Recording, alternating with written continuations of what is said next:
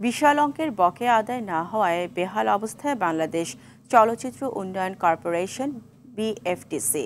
বেতন না পেয়ে প্রায়ই আন্দোলনে দেখা যায় এর কর্মচারীদের। নবনিযুক্ত ব্যবস্থাপনা পরিচালক মাসুমা রহমান তানির পরিকল্পনায় এফটিসিকে আবারও চাঙ্গা করতে নজর নেওয়া হচ্ছে বকেয়া আদায়ে আইনি ব্যবস্থা। আরও জানাচ্ছেন মারজান ইফান।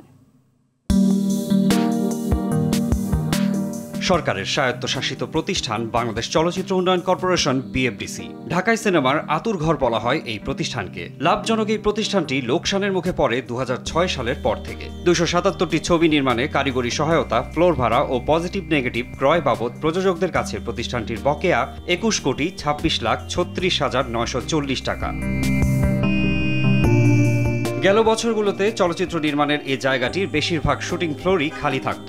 যেখানে নিয়মিত শুটিং হতো সেখানে আলো জ্বলত শুধু টেলিভিশন চ্যানেলের বিভিন্ন অনুষ্ঠান আর বিজ্ঞাপন তৈরিতে। এমন বাস্তবতায় গেল ২৩ ফেব্রুয়ারি এফডিসির ব্যবস্থাপনা পরিচালক হিসেবে যোগ দেন মাসুমা রহমান তানি। প্রতিষ্ঠানটির বেহাল দশার জন্য সাবেক দায়িত্বপ্রাপ্তদের গাফিলতি, দুর্নীতি ও অসহযোগিতাকেই দুষলেন তিনি।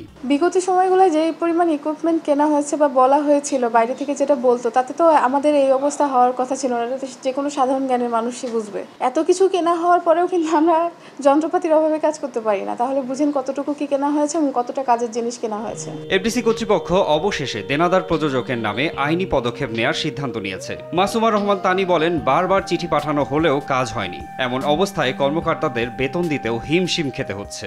কোটি কোটি টাকা তাদের কাছে পাও না, অথচ এখানকার মানুষগুলো মাসের পর মাস বেতন পায় না। ঈদের বোনাস তো দূরের কথা, আমি ঈদের তাদের এই মাসে বেতন কিভাবে দিবে? তারা পরে আগের মাসেরও বেতন নাই তাদের। আমি প্রথমে বলেছি যে শুধু চিঠি পাঠানো হয়, তারা চিঠি দেখে রেখে দেয়, চিঠি পাঠাই আবার আমরা চিঠি পাঠাই, এই চলছে। নিজের চাওয়াটা চাচ্ছি, তারপরে বিনয়ের সাথে চাওয়া। তারপরেও যদি তারা না চান, আমরা অবশ্যই আইনি ব্যবস্থায় যাব। এফডিসিকে আবারও কর্মমুখর করতে কমানো হয়েছে শুটিং ফ্লোর ও যন্ত্রপাতির ভাড়া। পরিবর্তন এসেছে বেশ কিছু অবকাঠামোর। প্রাণচাঞ্চল্য আবারও ফিরিয়ে আনতে কর্তৃপক্ষ চাইলেন গণমাধ্যম কর্মীদের সহযোগিতা।